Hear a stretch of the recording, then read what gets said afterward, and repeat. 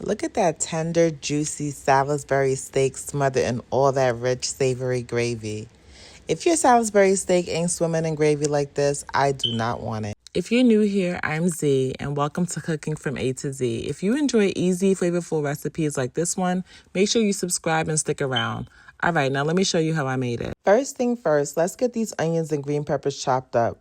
For the patties, I'm chopping my onions and peppers nice and small because my husband does not want to bite into an onion that even remotely tastes like an onion. And for the gravy, I'm slicing my onions super thin. We want them to cook all the way down, get nice and soft, and basically disappear into the gravy because apparently onions are welcome in this house as long as nobody knows that they're there.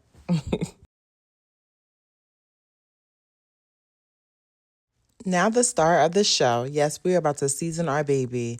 I'm going in with my all-purpose seasoning, some green seasoning, because at this point, if you've been watching me, you already know that green seasoning is going to find its way into just about everything that I make. Then I'm adding a little mustard, some ketchup, Worcestershire. So y'all know I cannot pronounce that word, but you know what I'm talking about. My chopped onions, green peppers, breadcrumbs, 1 egg, and just a little splash of milk.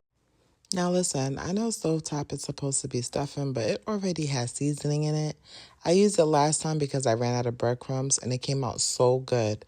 Yeah, it's officially a part of the recipe now.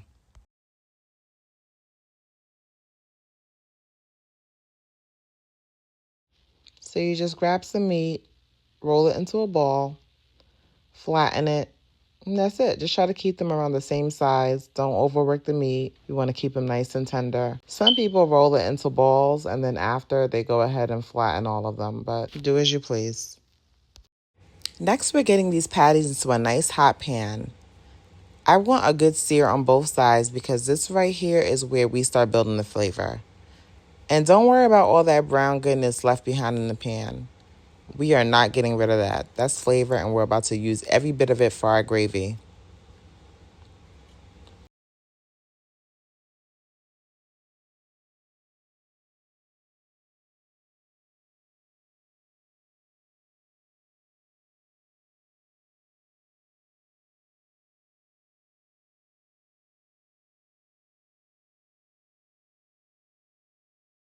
Once the patties have a nice brown crust, I'm taking them out and setting them to the side.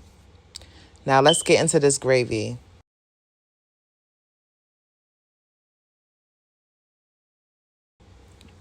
Right into the same pan, I'm adding my onions, mushrooms, and minced garlic.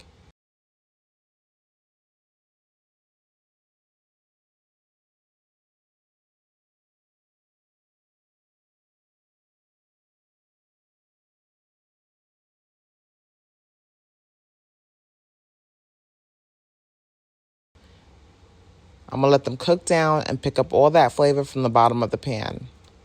Now listen, fresh garlic is always better, but this is what I had on hand.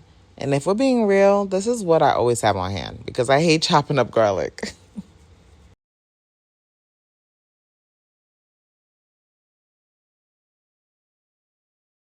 Once those onions and mushrooms have cooked down, I'm going to sprinkle in a little bit of flour, and this is to thicken up our gravy.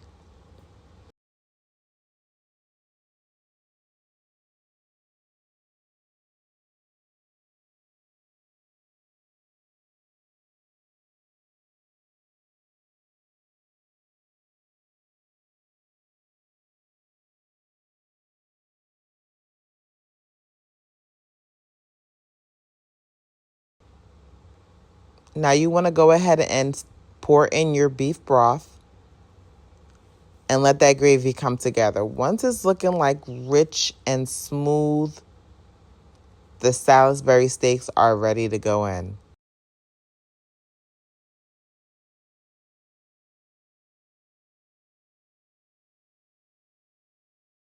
Now we're going to let those babies simmer in that gravy so they can finish cooking and soak up all that flavor. And I'm just going to cover it for like a good 5 minutes.